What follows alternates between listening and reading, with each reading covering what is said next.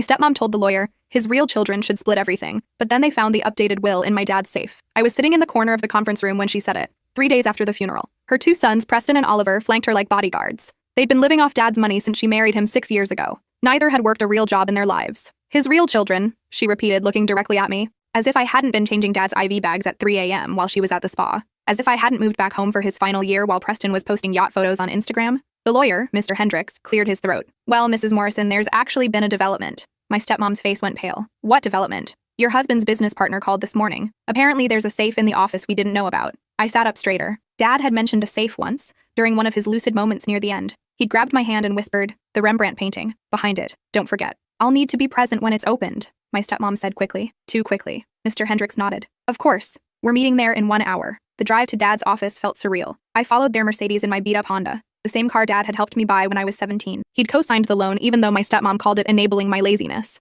Inside the office, everything still smelled like his cologne. His coffee mug sat on the desk, half full and growing mold. No one had been here since he'd collapsed 3 months ago. Mr. Hendricks went straight to the Rembrandt. Dad's business partner Vernon was already there with a locksmith. My stepmom hovered like a vulture. Preston and Oliver stood guard by the door, blocking my exit. The safe clicked open. Inside were 3 envelopes. The top one had my name on it. Just my name. Handwritten in Dad's messy scrawl from before the tremors got bad. That's not legally binding, my stepmom snapped. A note isn't a will. Mr. Hendricks pulled out the second envelope. This one was thick. Official. He opened it carefully and began reading. His eyebrows went up, then up further. What? My stepmom demanded. What does it say? It's dated 2 months before his death, properly witnessed and notarized. Mr. Hendricks looked at me. Your father left you the house, the business, and 70% of his liquid assets. The room went silent. That's impossible, my stepmom whispered. He wouldn't. We had an agreement. There's more. Mr. Hendricks kept reading. He's left a detailed documentation of financial discrepancies. Transfers from the business account to an offshore account in your name, Mrs. Morrison, dating back 4 years. My stepmom's face drained of all color. Preston moved toward the door.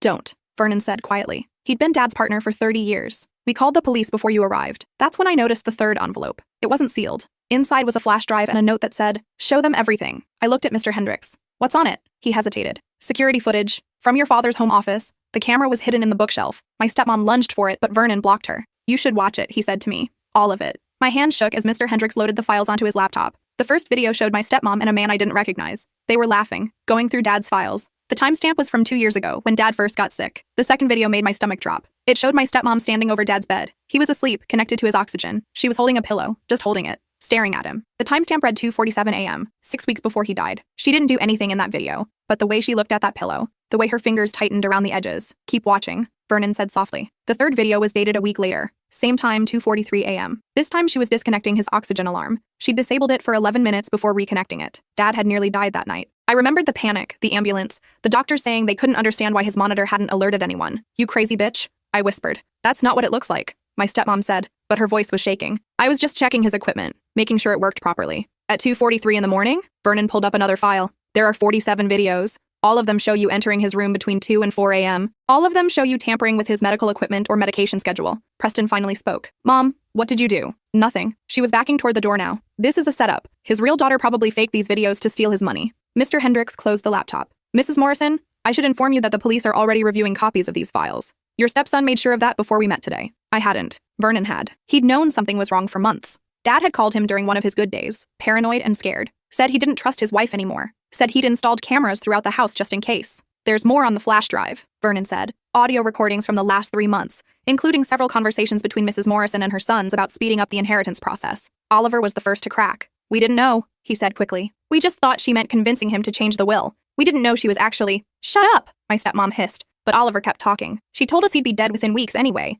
that the cancer was already winning. She said she was just helping him along, being merciful. The room temperature seemed to drop. Mr. Hendricks stood. I think we should wait for the authorities to arrive. My stepmom made one last attempt. She turned to me, tears suddenly streaming down her face. Please, you have to understand. He was suffering so much. I couldn't stand to watch him in pain anymore. I did it out of love. You disconnected his oxygen alarm, I said flatly. You tampered with his medication. You were planning to smother him with a pillow, to end his suffering. He wasn't suffering that badly, Vernon interrupted. The doctor said he had at least 6 more good months, maybe a year with the new treatment protocol. That stopped her cold. What treatment protocol? Vernon pulled out a folder. The one you told him the insurance denied. The one you said would bankrupt the family if he pursued it privately. The insurance actually approved it. I have the letters. He could have had another year, maybe more, with decent quality of life. I grabbed the folder. The approval letter was dated 9 months ago, right when my stepmom had sat us all down and explained that Dad's insurance had refused to cover anything experimental, that we needed to accept reality and focus on keeping him comfortable. You lied to him about his treatment options, I said slowly. You let him think he was dying faster than he was. You convinced him to give up. I was protecting him from false hope, she said, but her voice had lost its conviction. You were protecting his bank account, Vernon corrected. Because every month he stayed alive was another month you couldn't access his assets. Another month the business could discover your embezzlement. The police arrived then, 2 detectives and 3 uniformed officers. They'd been waiting outside, listening through Vernon's phone. He'd recorded the entire conversation. My stepmom was let out in handcuffs, still insisting this was all a misunderstanding. Preston and Oliver tried to claim ignorance, but Oliver's confession had already damned them. The detectives made it clear they'd all be facing charges. After everyone left, I sat alone in Dad's office with Vernon and Mr. Hendricks. How long did you know? I asked Vernon. 3 months before he died. He called me at midnight, terrified. Said his wife had been acting strained, going through his files when she thought he was asleep. He'd caught her on the phone with someone discussing life insurance policies and inheritance timelines. Why didn't you tell me? I wanted to. He made me promise not to. Said he needed to protect you from this. He spent his last months gathering evidence, making sure his real wishes would be honored. Mr. Hendricks handed me the first envelope, the one with just my name. You should read this. Inside was a letter, 6 pages, front and back, in Dad's increasingly shaky handwriting. It started clear and steady, probably written during one of his better days. By the end, the letters were barely legible, probably written days before he died. The letter explained everything: how he'd met my stepmom at a charity gala 5 years after my mom died, how she'd seemed perfect at first,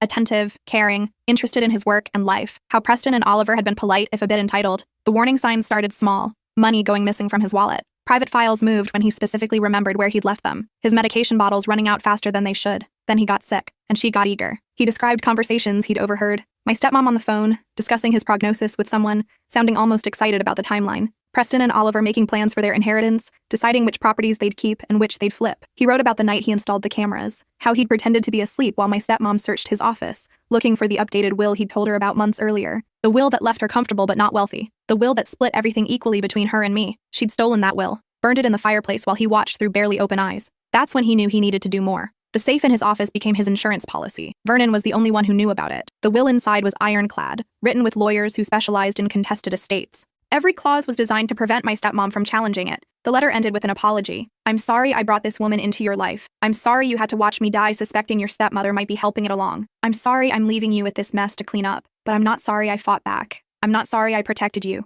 And I'm not sorry that in the end, you'll get what you deserve, what we built together. Everything I have is yours. It always has been. Love, Dad. I cried for the first time since the funeral. Vernon sat with me, not saying anything, just being there like Dad would have wanted. The legal battle took 8 months. My stepmom fought every clause, hired expensive attorneys, claimed the will was written under duress. She said Dad wasn't mentally competent, that I'd manipulated him against her, that Vernon had fabricated the evidence. None of it worked. The videos were authenticated. The audio recordings were verified. Financial forensic accountants traced over $800,000 in unauthorized transfers to my stepmom's offshore accounts. The medical records showed clear patterns of medication tampering that aligned with his worst episodes. Preston and Oliver took plea deals: 6 months in county jail, 5 years probation, and full restitution of the stolen money. They claimed their mother had manipulated them, that they were victims too. Maybe they were. Or maybe they were just cowards who got caught. My stepmom went to trial. The prosecutor charged her with attempted murder, elder abuse, financial exploitation, and insurance fraud. She'd also taken out a life insurance policy on Dad without his knowledge, forging his signature. Another $2 million she'd planned to collect.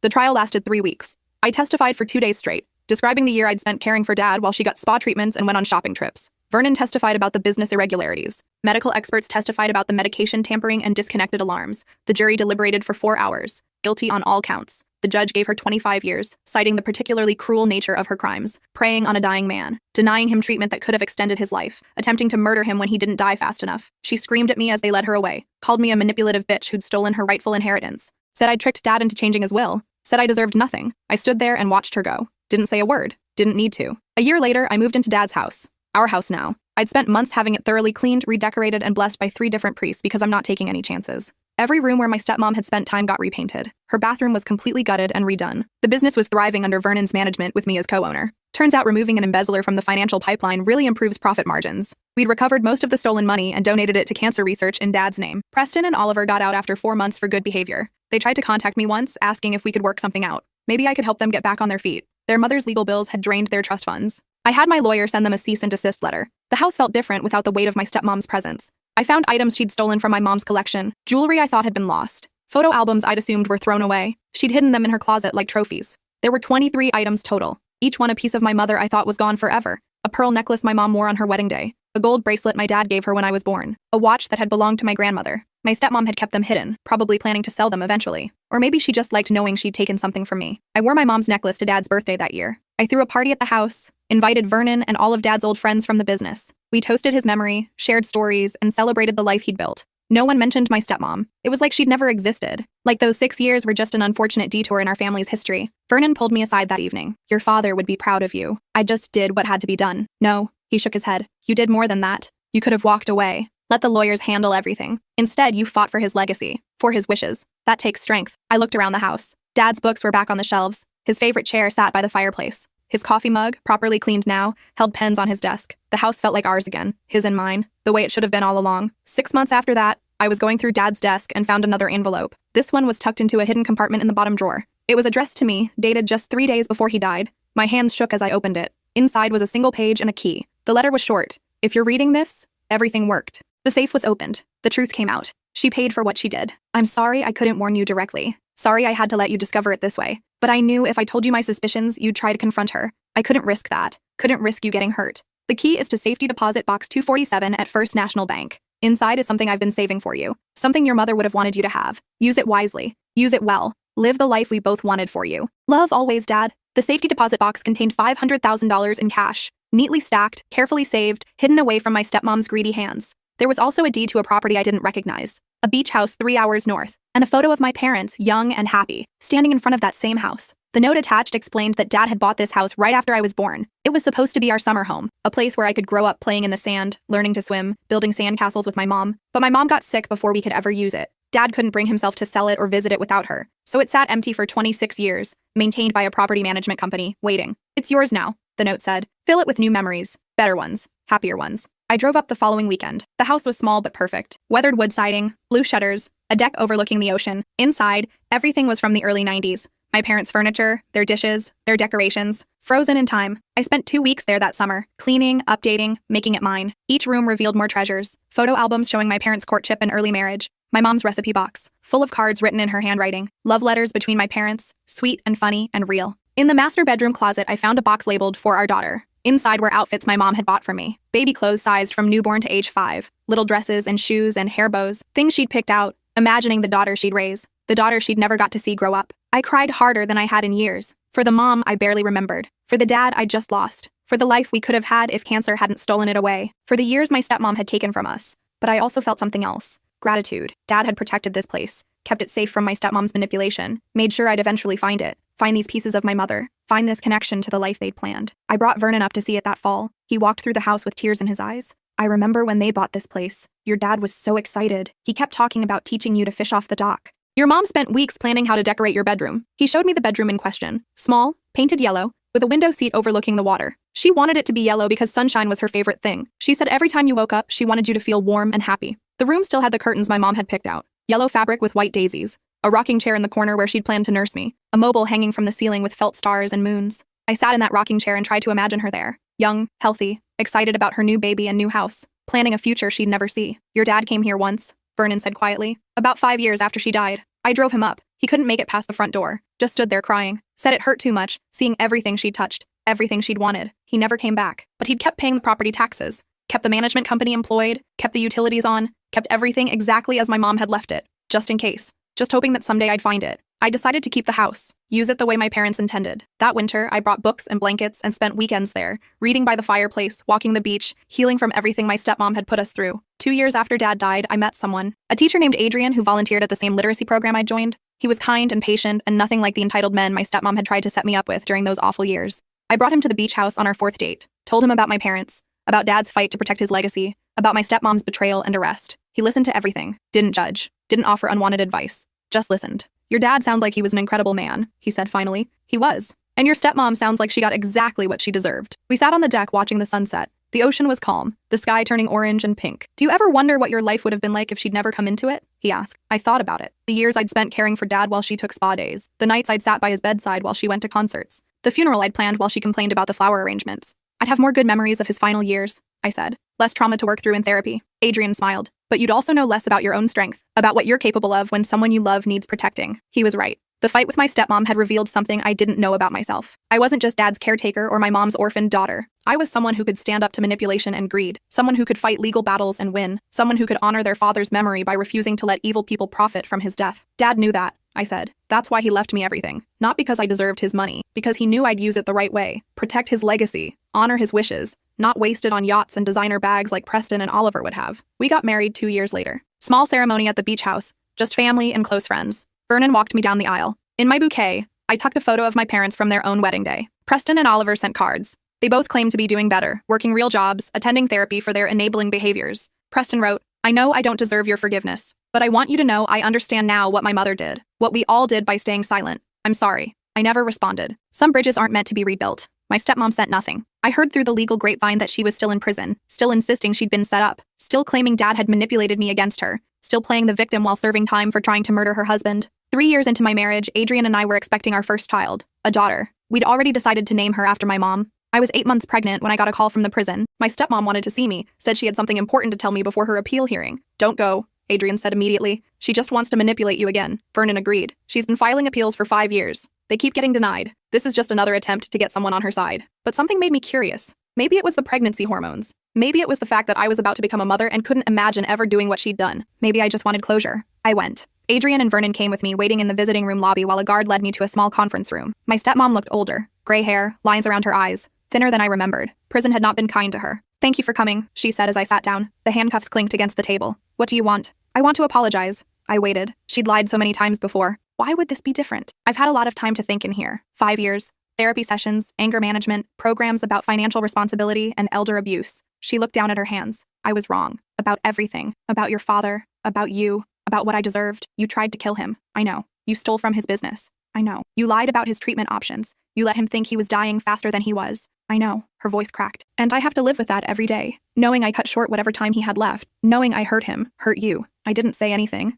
Just sat there, hands on my pregnant belly, watching this woman who'd tried to destroy my family. "I'm not asking for forgiveness," she continued. "I don't deserve that. I'm not asking you to support my appeal or speak on my behalf. I deserve to be here. I just wanted to tell you I'm sorry. And to tell you something your father made me promise never to reveal." That got my attention. "What?" "The month before he got really sick. Before the diagnosis. He found out I'd been having an affair." My stomach dropped. "What?" "For 2 years. With the man in those first videos. His name was Richard, your father's insurance broker." She laughed bitterly. "Cliché, right? The bored wife and the insurance man. Why are you telling me this?" "Because your father forgave me." He sat me down, showed me the evidence he'd gathered, photos, receipts, hotel records. He could have divorced me, left me with nothing, but he forgave me. He said our marriage wasn't perfect, but he wanted to try to rebuild it. He loved me despite what I'd done. Tears were running down her face now, and I repaid that forgiveness by trying to kill him, by stealing from him, by denying him treatment that could have given him more time. I took his mercy and his love and I destroyed him. I felt sick. Why? If he forgave you, why did you do all of that? Because Richard convinced me we could have a life together if your dad was gone. He said we could take the money and start over somewhere new. He was the one who suggested tampering with the medical equipment,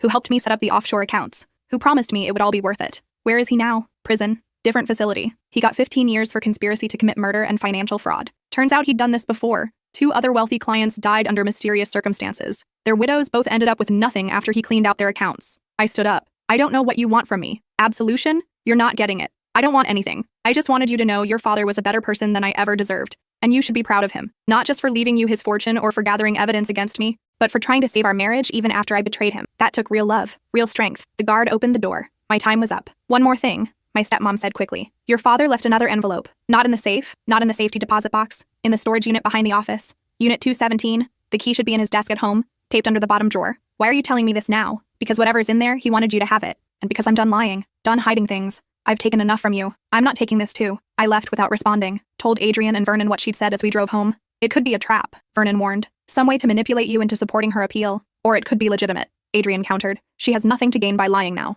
We checked the desk that night. The key was exactly where she said it would be. Taped under the bottom drawer, hidden but accessible if you knew where to look. The next morning, Vernon and I went to the storage facility. Unit 217 was small, just 555, tucked in the back corner. The key worked. Inside was a single cardboard box. No label, no markings, just a box sealed with packing tape. We brought it back to the house. Adrian and Vernon watched as I cut through the tape and opened the flaps. Inside were journals, dozens of them. Dad's handwriting spanning 30 years. From right after my mom died until just weeks before his own death. I picked up the first one, dated 6 months after my mom's funeral. The entries were short, raw, painful. A widower trying to raise an infant daughter alone, struggling with grief and exhaustion and the weight of single parenthood. "Tomorrow Claire turns 1. Her first birthday without her mother. I don't know how to do this. How to be enough for her. How to be both parents when I can barely function as one." I flipped through the journals, watching my childhood unfold through his eyes. My first steps, first words, first day of school. His pride when I made honor roll. His fear when I got sick. His joy at every milestone. Then came the entries about meeting my stepmom, Met a woman named Dorothy at the charity gala. She's elegant, sophisticated,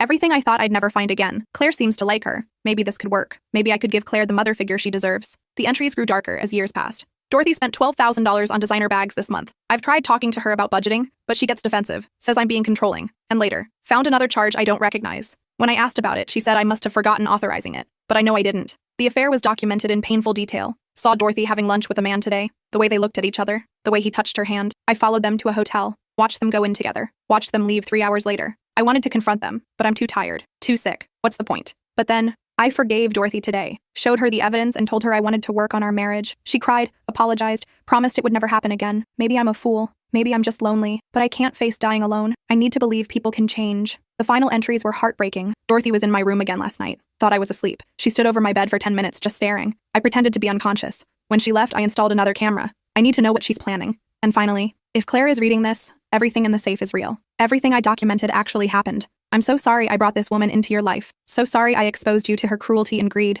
I thought I was giving you a complete family. Instead, I gave you a nightmare. Use these journals if you need them. Use them to remember that I loved you more than anything, more than the business, more than the money, more than my own life. You were the best thing I ever did, the only purely good thing in my life. I'm so proud of you. Love, Dad. I couldn't stop crying. Adrian held me while I sobbed through pages and pages of my father's private thoughts, his fears, his hopes, his mistakes, his love. Vernon wiped his own eyes. He wanted you to understand why he made the choices he made, why he forgave her, why he stayed with her even after discovering the affair. He was lonely, I whispered. He was sick and scared, and he didn't want to die alone. And she took advantage of that, Adrian said quietly. She saw a vulnerable man and exploited him. I spent the next week reading every journal, cover to cover chronologically, absorbing 30 years of my father's life, the grief after Mom died, the joy of raising me, the loneliness of single parenthood, the hope when he met my stepmom, the slow realization that he'd made a terrible mistake, the fear when he discovered her true nature, the determination to protect me from her. The journals also contained practical information, business decisions, investment strategies, lessons learned from mistakes. It was like having Dad back, teaching me, guiding me, preparing me to take over his legacy. There was also a detailed account of his suspicions about my stepmom's affair and financial theft. Dates, times, amounts, evidence, everything I'd need if her appeal ever succeeded. Everything to ensure she'd never escape justice. 4 months later, I gave birth to my daughter. We named her Claire Eleanor Morrison Chen. Claire after my mom, Eleanor after Dad's mother. She had my eyes and Adrian's smile and my dad's determination, apparently, based on how hard she screamed when the nurses tried to take her for measurements. I was holding her, exhausted but happy, when the phone rang. Vernon, calling with news. Her appeal was denied. Final decision. She'll serve the full 25 years. I looked down at my daughter, sleeping peacefully now, unaware of the darkness that had almost consumed our family. Good, I said. That's good. There's more, Vernon continued. Preston and Oliver both reached out. They want to know if there's any chance of reconciliation now that the appeals are done. They say they've changed. They're working real jobs, attending therapy, making amends. What do you think? I think people can change, Vernon said carefully. I also think some bridges aren't worth rebuilding. This is your decision, no one else's. I thought about it for a long time. The stepbrothers who'd stood by while their mother tried to murder my father, who'd discussed inheritance timelines while Dad was dying, who'd called me a manipulative bitch when the real will was revealed, but also the stepbrothers who'd served their time, who'd paid restitution, who'd admitted their mistakes and faced consequences. Tell them I'll think about it, I said finally. No promises, but I'll think about it. Adrian nodded approvingly when I told him. That's fair. That's mercy without being a doormat. 6 months later, I agreed to meet Preston for coffee. Just the two of us. Neutral location. No expectations. He looked different, thinner, tired, less polished than the yacht photo playboy I remembered. He worked construction now, showed up with paint stains on his jeans and calluses on his hands. Thank you for agreeing to see me, he said as we sat down. I'm not promising anything. I know. I just wanted to apologize. Face to face, not through lawyers or letters. He took a breath. What my mother did, what we did by staying silent, it was unconscionable. Your father was a good man who showed my mother mercy, and we repaid that by helping her try to kill him. You knew what she was planning? Not exactly. She'd make comments about how much easier things would be when he was gone, about how his illness was taking too long. Oliver and I joked about it. We thought she was just venting frustration, not actually planning to murder him. He looked down at his hands. We should have known, should have said something, should have protected him. We didn't. That's on us. Why didn't you? Honestly, we liked the money, the lifestyle, the idea of a huge inheritance coming our way. We were selfish and stupid, and we convinced ourselves it wasn't our problem. He met my eyes. I've spent 2 years in therapy unpacking why I enabled my mother's behavior, why I chose money over morality. There's no excuse. I was wrong. We talked for 2 hours. He told me about his life now. The construction job that was backbreaking but honest. The therapy sessions where he confronted his privilege and entitlement. The amends he was trying to make to the people he'd hurt. I don't expect forgiveness, he said as we stood to leave. I just wanted you to know I understand what I did, what we all did, and I'm sorry. I watched him walk away, paint-stained and humble, nothing like the Preston I'd known. People could change. Sometimes, maybe. I met Oliver 2 weeks later. Same setup, same neutral location, same lack of expectations. He was working as a teacher's aide at an elementary school. The job paid barely above minimum wage, but he genuinely seemed to love it. I like helping kids, he said, making a difference in small ways. It feels more real than anything I did before. His apology was similar to Preston's. Regret, acknowledgement, no excuses. He didn't ask for money or favors, just wanted me to know he understood the gravity of what had happened. Your father deserved better, he said. From my mother, from me, from all of us. I can't change the past. I can only try to be a better person now. After both meetings, I told Vernon about them. They seem genuine, I said, but I'm not sure if I can trust that. Trust your instincts, he advised. You don't owe them anything. Whatever you decide is right. I decided on limited contact. Birthday cards, occasional updates, nothing more. They'd shown remorse, but actions mattered more than words. If they truly had changed, time would prove it. Meanwhile, the business continued to thrive. Vernon was talking about retirement, wanting to travel with his wife while they were still healthy. I'll stay on as a consultant, he said. But the company is yours now. You've earned it. I'd earned it by fighting for Dad's legacy, by refusing to let my stepmom steal what he'd built, by honoring his memory in every decision I made. The beach house became our family retreat. Adrian and I would take baby Claire there on weekends, teaching her to love the ocean like my mother would have wanted. We'd walk the shore, build sandcastles, collect shells, creating the memories my parents never got to make. On Claire's first birthday, I brought her to Dad's grave. We'd buried him next to my mom in the cemetery overlooking the valley. Their headstones matched, side by side, together again. Dad, this is your granddaughter, I said, holding Claire close. She's beautiful and strong and loved, just like you wanted. I placed flowers on both graves. Daisies for my mom, who'd loved sunshine. Roses for my dad, who'd loved my mom. Thank you for protecting us, I whispered. Thank you for fighting back. Thank you for making sure she didn't win. Claire babbled happily, reaching for the flowers, oblivious to the significance of this moment. Someday I'd tell her about her grandfather, about his strength and love and sacrifice, about how he'd faced death with courage and determination, about how he'd made sure his real family was protected. But today, she was just a baby enjoying a sunny morning, and that was enough. That was everything. 5 years after Dad's death, the business had doubled in value. We'd expanded into 3 new states, hired 200 additional employees, and launched a charitable foundation in Dad's name. The foundation provided financial assistance to families dealing with terminal illness, especially those being exploited by predatory relatives. Your father would be so proud, Vernon said at the foundation's opening gala, not just of the business success, of the person you've become, the difference you're making. I thought about that often. Would Dad be proud? I'd fought his battles, won his war, protected his legacy, but had I done it the way he would have wanted? The journal suggested yes. In entry after entry, he wrote about teaching me integrity, responsibility, compassion, about raising me to stand up for what's right even when it's hard, about hoping I'd use his money and influence to help others, not just enrich myself. I'd done that.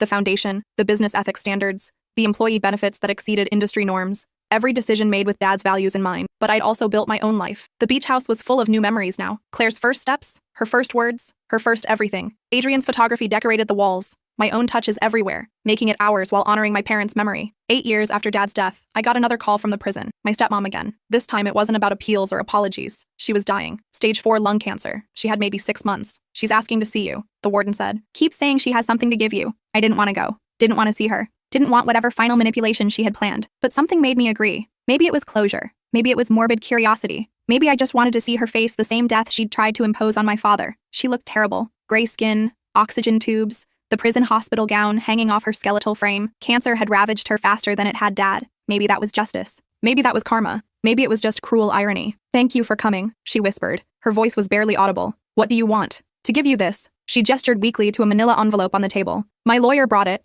It's the deed to my mother's house in Vermont. Worth about $400,000. I'm signing it over to you. I stared at the envelope. Why? Because your father forgave me and I never forgave him. I spent 8 years in here being bitter and angry, insisting I was the victim. Then I got sick and realized I'm about to meet your father again. How can I face him knowing I stole from his daughter? How can I face your mother knowing I tried to murder her husband? You don't believe in an afterlife, I said flatly. You told Dad that when he talked about seeing my mom again. I do now. She coughed, painful and wet. When you're dying, you believe in something, anything, because the alternative is too terrifying. I don't want your house. Then sell it. Give the money to your foundation. Use it to help other families dealing with what I put you through. She grabbed my hand with surprising strength. I'm not asking for forgiveness. I'm not asking you to remember me kindly. I'm just asking you to take this. Let it be the one good thing I do before I die. I took the envelope. Not because I forgave her, not because I pitied her, but because refusing it wouldn't change anything. She was dying. Dad was gone. My mom was gone. Holding on to anger wouldn't bring any of them back. Your father loved you so much, she whispered as I stood to leave. Every journal entry, every letter, every video. It was all about protecting you, making sure you'd be okay. He was a better parent than I ever was to my own sons.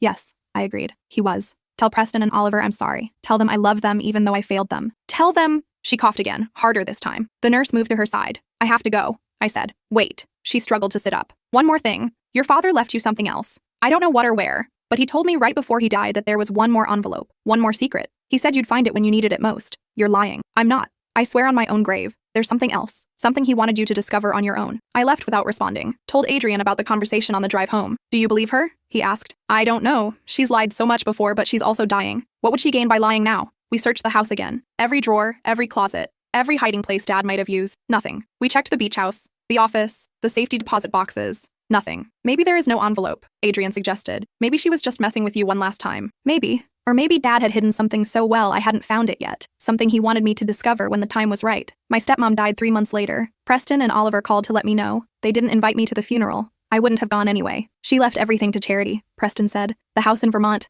what little money she had in prison commissary, everything. She said it was the least she could do. I donated the Vermont house proceeds to the foundation. Another $400,000 helping families dealing with terminal illness and financial exploitation. It felt right, taking her final asset and using it to prevent others from suffering the same way. 2 years later, I was pregnant with our second child. A son this time. We decided to name him after Dad. I was 8 months along when I finally found it. The envelope. The final secret. It was hidden inside the Rembrandt painting, the same painting that had concealed the safe. The frame had a false backing with a small gap. Inside was a thin envelope, barely noticeable unless you knew to look for it. The envelope was sealed with wax. Dad's signet ring pressed into it. My hands trembled as I broke the seal and pulled out a single sheet of paper. My dearest Claire, if you found this, then everything else has already been revealed. The will, the videos, the journals, the Vermont house. You know the full story now. What I did, what she did, how I tried to protect you. But there's one more thing you need to know. One more truth I couldn't tell you while I was alive. Your mother didn't just die from cancer. She was murdered. My vision went black. The room spun. Adrian caught me before I fell. What? What does it say? I couldn't speak, couldn't breathe, just stared at those words.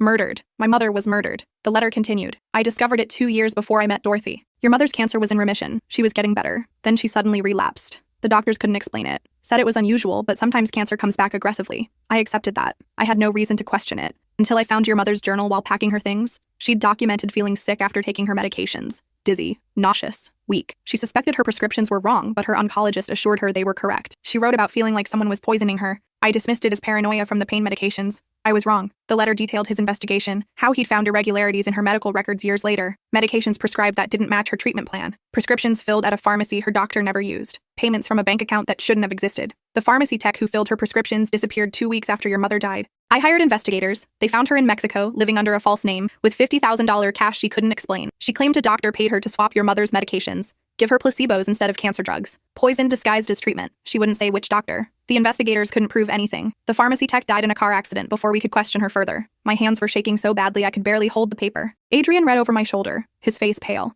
I spent years investigating, hired private detectives, paid forensic accountants, traced money through offshore accounts and shell corporations. I finally found him, Dr. Raymond Foster, your mother's original oncologist, the one who diagnosed her cancer, the one who claimed he could cure it. He'd been running an insurance fraud scheme for 15 years, diagnosing healthy patients with cancer, treating them with placebos, collecting insurance money, then watching them die when real cancer eventually developed. Your mother was one of 17 victims, maybe more. I remembered Dr. Foster, kindly, professional, sympathetic. He'd held my hand at Mom's funeral, told me what a wonderful woman she was, how hard he'd fought to save her. He'd murdered her, slowly, deliberately, for insurance money. I gathered evidence for 3 years, built a case, worked with federal investigators. They arrested him when you were 12. Do you remember? The news about the oncologist who'd been killing his patients? That was him. That was your mother's murderer. He got life in prison without parole. He died there 5 years later. I never told you because I didn't want you to grow up knowing your mother was murdered. Didn't want that darkness in your childhood. But you deserve to know the truth now. Deserve to understand why I was so determined to stop Dorothy. I'd failed to protect your mother from a predator in a white coat. I wasn't going to fail to protect you from a predator in designer shoes.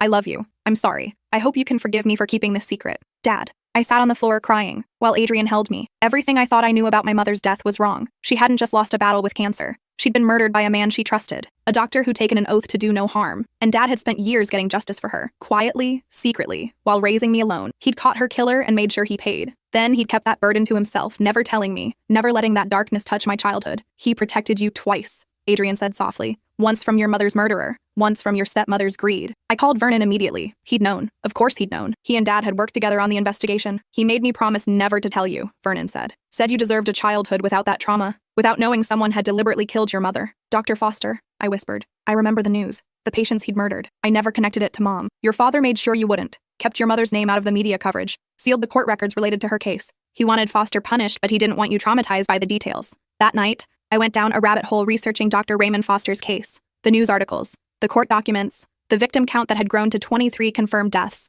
My mother was listed as victim number 4, anonymous in the public records, but I knew her now. The article detailed his scheme. Healthy patients would come in for routine checkups. He'd falsify test results, diagnose them with cancer, and start them on expensive treatment plans. The insurance companies would pay hundreds of thousands of dollars. The patients would eventually develop real cancer from stress and weakened immune systems, or they'd die from lack of actual medical care for real conditions masked by the fake cancer diagnosis. My mother had been different. She'd actually had cancer. Early stage, very treatable, excellent prognosis. Foster had convinced her to use an experimental treatment protocol. He'd claimed it was cutting edge, promising, better than standard chemotherapy. In reality, he'd given her sugar pills and saline while collecting insurance payments for expensive cancer drugs. She'd died believing she'd been treated, believing she'd fought hard, believing her cancer was just too aggressive. She never knew her own doctor had murdered her for profit. Dad had known, for years, and he'd carried that weight alone. I understood now why he'd been so determined to stop my stepmom, why he'd installed cameras and gathered evidence and built an airtight case. He'd seen what happened when you trusted the wrong person, when you let a predator into your life. He wasn't going to make that mistake twice. 10 days later, I gave birth to our son. We named him Thomas, Dad's first name, with Raymond as his middle name. Not after Dr. Foster, after my dad's middle name. The full name would be Thomas Raymond Morrison Chen. As I held him in the hospital, I thought about my parents. Both gone, both stolen by people they'd trusted, but both fought back in their own ways. Mom had documented her suspicions in her journal, leaving breadcrumbs for Dad to follow. Dad had built cases and gathered evidence and made sure their killers faced justice. Now it was my turn to carry on their legacy, to teach Claire and Thomas about strength and justice and standing up for what's right, to make sure my parents' deaths meant something. The foundation expanded its mission. We added programs to help families dealing with medical malpractice and insurance fraud. We hired advocates to fight for patients being mistreated by predatory doctors. We funded investigations into suspicious medical deaths. Your father and mother would both be proud, Vernon said at the foundation's 5th anniversary gala. You've turned their tragedies into something that helps others. 5 years later, Claire was old enough to start asking questions about her grandparents. Who were they? How did they die? Why didn't we see them? I told her the truth, age-appropriate, but truthful, that Grandma Claire had gotten sick when I was little, that Grandpa Thomas had fought to keep us safe, that they both loved us very much even though they weren't here anymore. Were they good people? She asked. The best people, I said. They made mistakes sometimes, but they always tried to do the right thing, even when it was hard. Like when you stood up to bad grandma? She'd overheard enough conversations to know the basic story. My stepmom who'd tried to take everything, who'd gone to prison, who'd died there. Yes, I said. Like that. Will I be brave like you when I grow up? You're already brave, I told her. You just don't know it yet. Thomas was 3 years old when Preston called for the first time in 5 years. He and Oliver had both gotten married, started families, built normal lives. They wanted to know if maybe, possibly, their kids could meet their aunt and cousins. I'm not asking for a relationship with you, Preston said. I understand if you don't want that, but our kids are innocent. They don't deserve to be punished for what we did. I thought about it for a long time, discussed it with Adrian, called Vernon for advice. Your father believed in second chances, Vernon said. He gave your stepmother one even after her affair. He'd probably want you to at least consider it. But he also documented everything when she proved she didn't deserve that second chance, I countered. He wasn't naive about forgiveness. No, Vernon agreed. He was strategic about it. He gave people rope. If they used it to pull themselves up, great. If they used it to hang themselves, he had evidence ready. I agreed to a meeting, all of us together. Preston, Oliver, their wives, their kids,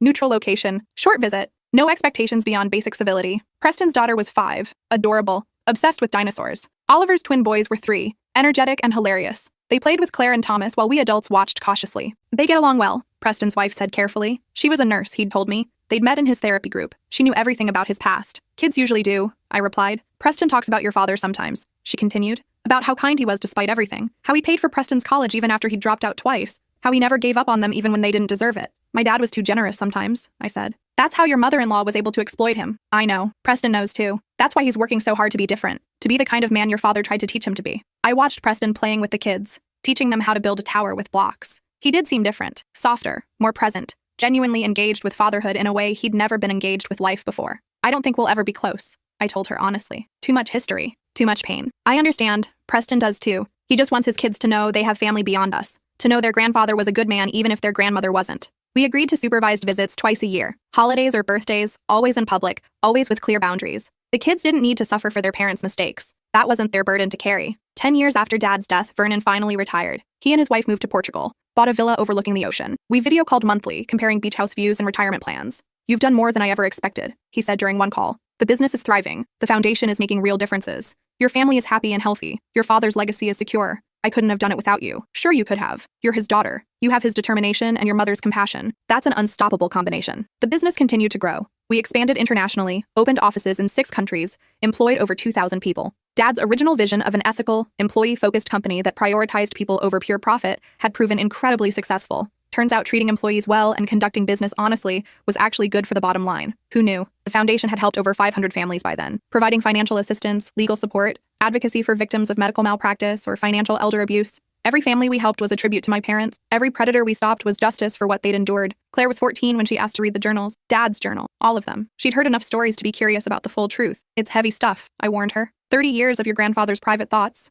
including the parts about watching his wife die and suspecting his second wife was trying to kill him. I can handle it, she said with teenage confidence. She read them over 3 months. Sometimes she'd ask questions. Sometimes she'd just sit quietly, processing. When she finished the last journal, she came to me with tears in her eyes. "He was so sad," she said, "after Grandma died. For years. He tried to hide it from you, but he was heartbroken. I know. But he kept going anyway. Kept working, kept raising you, kept trying to build a good life. That's what parents do. Bad Grandma took advantage of that. She saw he was lonely and vulnerable and she used it against him. Yes. That's evil. Yes." She hugged me tightly. "I'm going to be a lawyer when I grow up. I'm going to stop people like her. I'm going to protect people like Grandpa Thomas." My heart swelled with pride and pain. She had my father's sense of justice, my mother's compassion, and her own fierce determination. She was going to be amazing. Thomas asked to read the journals when he turned 12. He had a different reaction than Claire. Where she saw tragedy, he saw strategy. Where she saw emotion, he saw evidence. "Grandpa was smart," he said after finishing. "He didn't just collect evidence. He documented context, motivation. He built a story that would hold up in court. He learned from dealing with your grandmother's murderer," I explained. "That case taught him how to build airtight evidence."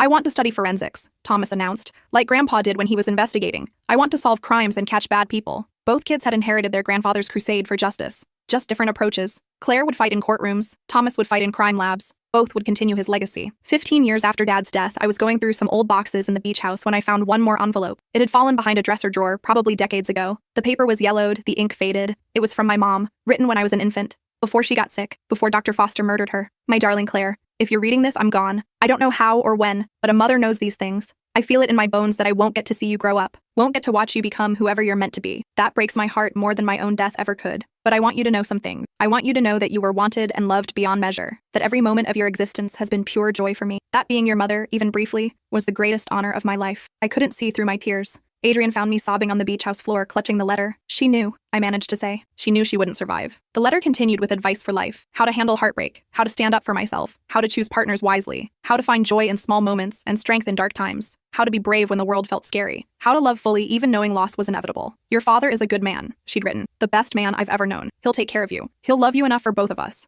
Trust him. Listen to him. Let him guide you. But also forge your own path. Don't let grief define you. Don't let my absence limit your joy. Live big. Love hard. Take risks. Make mistakes. That's how you honor me. Not by being perfect, but by being fully, completely alive." At the bottom was a PS. "I've hidden presents for you throughout the house and the beach house. One for every birthday from ages 5 to 25. Your father will help you find them. Each one contains something I wanted to share with you at that age. Think of it as getting to know me even though I'm gone. I love you forever and always. Mom." I'd never found those presents. Never knew they existed. For 40 years, my mother's gifts had been hidden throughout the properties, waiting for me. Adrian and I spent the next month searching. We found 14 of them. Small boxes hidden in creative places. Behind loose floorboards, inside heating vents, under stairs, buried in the garden. Each one labeled with an age. Age 5. A photo album of my mother as a child with notes about what she was thinking and feeling at that age. Age 7. A letter explaining her first crush and advice about navigating feelings for others. Age 10. A journal where she'd written stories she'd imagined telling me at bedtime. Age 13. A necklace that had belonged to her grandmother with a note about female strength across generations.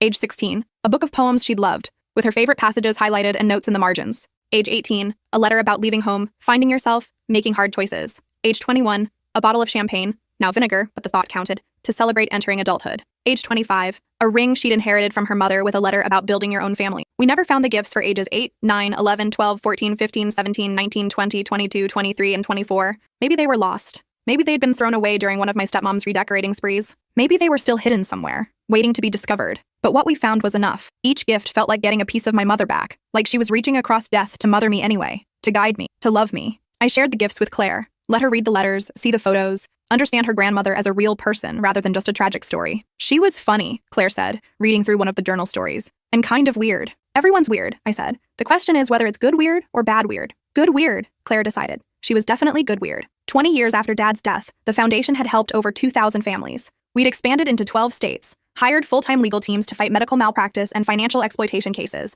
created support groups for families dealing with similar traumas, built a network of advocates, investigators, and lawyers who worked to prevent others from suffering what my family had suffered. Claire graduated law school and joined our legal team. She was fierce in the courtroom, compassionate with clients, brilliant at building cases. She was everything my father had raised me to be, everything my mother would have wanted her to be. Thomas finished his forensics degree and joined the FBI. He worked financial crimes, tracking down con artists and fraud schemes. Every case he solved was a tribute to his grandfather's investigative skills. Preston and Oliver both attended the Foundation's 20th anniversary gala. They'd donated significantly over the years, quietly trying to make amends. Their kids were teenagers now, bright and kind and nothing like the entitled monsters their fathers had been. "Your father would be proud of all of this," Preston said, gesturing to the packed ballroom, "turning his tragedy into something that helps others." "Both my parents' tragedies," I corrected. "This isn't just about my stepmom, it's about my mother's murder too." "I didn't know about that," he said quietly. "Most people don't. Dad kept it private. That must have been hard, losing both parents to predators. It was, but it also taught me something important. Bad things happen. Evil people exist. You can let that destroy you, or you can use it to fuel something better.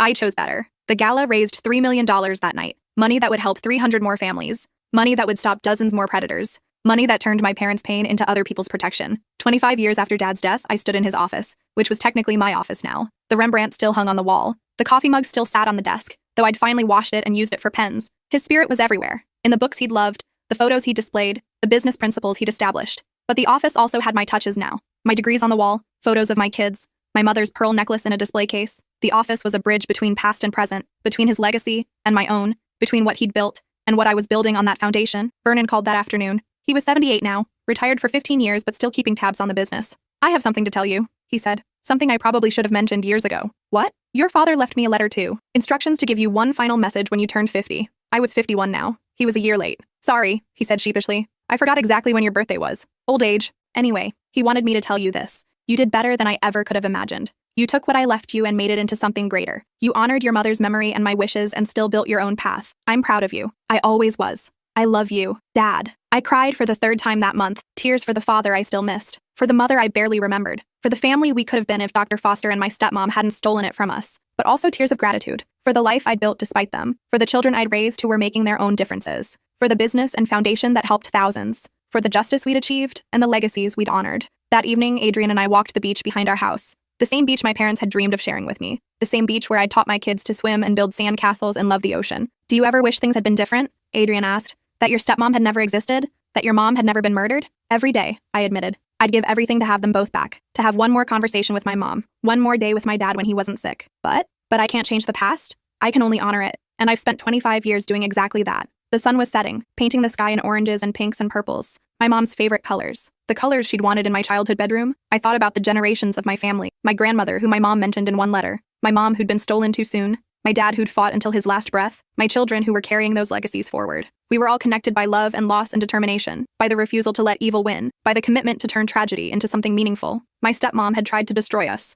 had tried to steal my father's wealth and legacy, had tried to erase me from my own family story. She'd failed. Completely, utterly. Her 25 years in prison had ended with her death, but her sons had found redemption. The money she'd stolen had been recovered and used to help others. The damage she'd done had been turned into motivation to prevent similar damage to other families. And me? I was standing on a beach my parents had bought for me before I could walk, watching a sunset my mother would have loved, living a life my father had sacrificed to protect, surrounded by family and love and purpose. I'd won, not because I had money or success or a thriving business, but because I'd refused to let her wickedness define me, because I'd chosen to honor my parents by building something good from their tragedies, because I'd turned pain into purpose and loss into legacy. The beach house lights flickered on behind us. Claire and Thomas had arrived for dinner with their families. Our weekly gathering, 3 generations of Morrisons, together, laughing, living. My stepmom had wanted to destroy us. Instead, we'd grown stronger, closer, more committed to the values my parents had taught me. That was the real inheritance. Not the money or the business or the houses, but the strength to stand up for what's right, the compassion to help others facing similar battles, the wisdom to turn tragedy into something that helps